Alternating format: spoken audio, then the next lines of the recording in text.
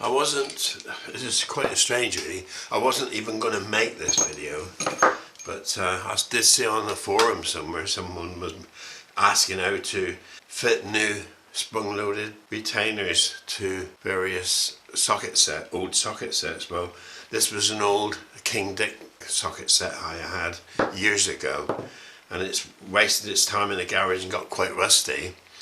I found that they were quite handy for motorcycles. They can handle more torque than the 1/4-inch drive, and it's not so clumsy and big and bulky as the 1/2-inch drive. So the 3/8 drive is perfect for motorcycles. So I recovered these things, and the little Ball Detents here was all rusted out and gone. Some where the balls were missing, the springs were rusted out, and so on. So I didn't know how to, if I could rejuvenate it. But this is the story how I did it, to bring them up so I can actually use them. They snap together really nice.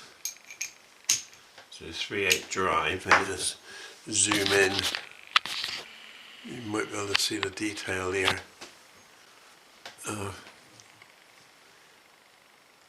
Notice that these are through, the hole goes right through the square section, which is easier to drive them out, to drive a new one in.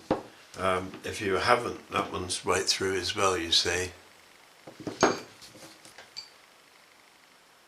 On the other hand, this one here isn't right through, so you've got to drill, dig, whatever you do, you can remove it from the recess that it's in. Again, on a universal joint, there's only a hole, a blind hole basically, that you need to drill out and retrieve the. So you got the empty hole to push the new one section in.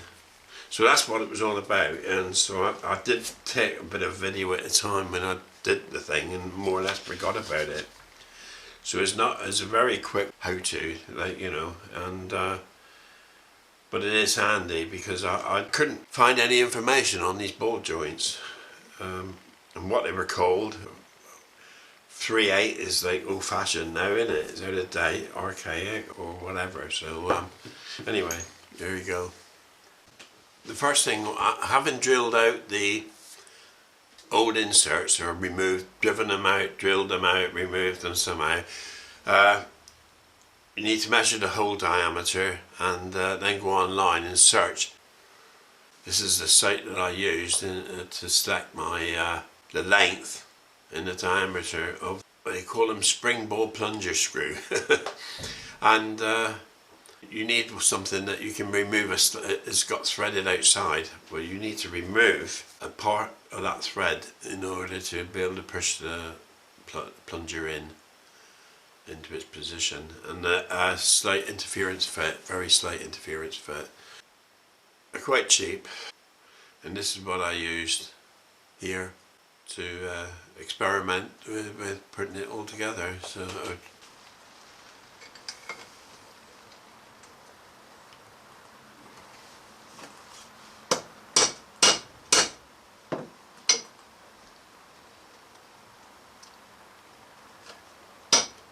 here I'm actually trying to drive out the old inserts, which was easier than I thought. I just used a parallel punch.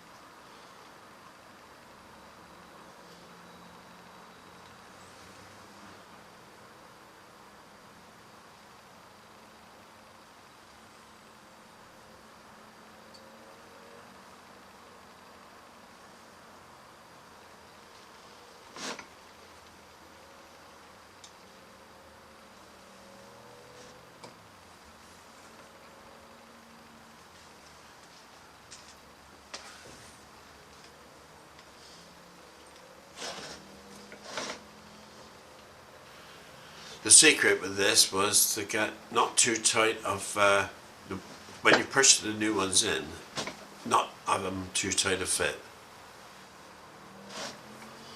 It will distort them and they won't operate as good as they should, as good as they could do.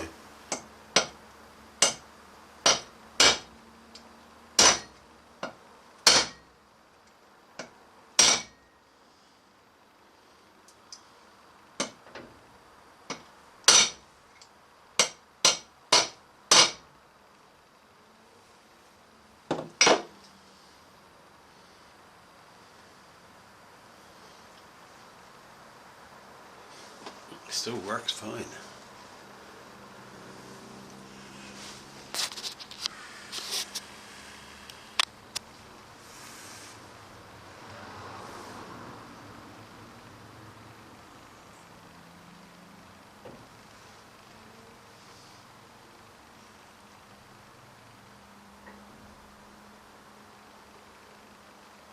Try it out, that's the only way to make sure, isn't it?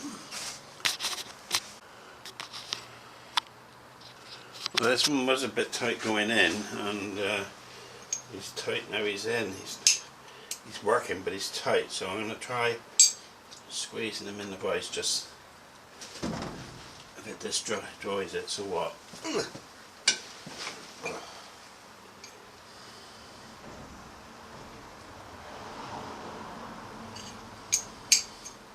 Yeah, buggered him up. That buggered him up, that did. So he's got to come out and another one go in, yeah? It just occurred to me, I wonder if he got an hexagon drive. I was just wondering if I know it's not a thread there. I've knocked the other one out, by the way. I'm wondering if it'll just screw its way in. Or not. Maybe not.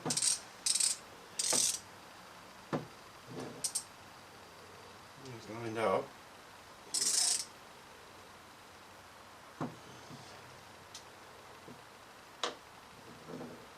I suppose it doesn't matter really, as long as I can chew the threads up a bit. Or if I put that in the drill, I can actually use some emery and take those threads down a bit so it would be a not so tight a fit. Yeah, that's a good idea.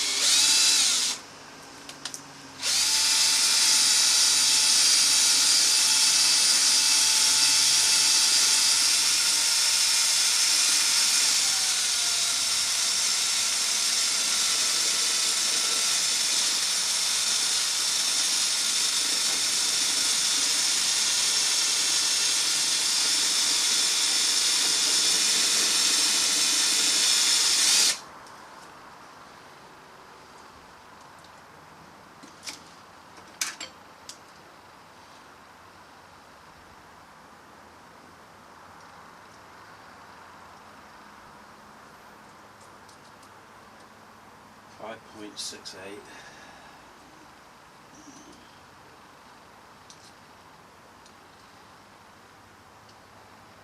5.62. I think that might do. I think that might just do it.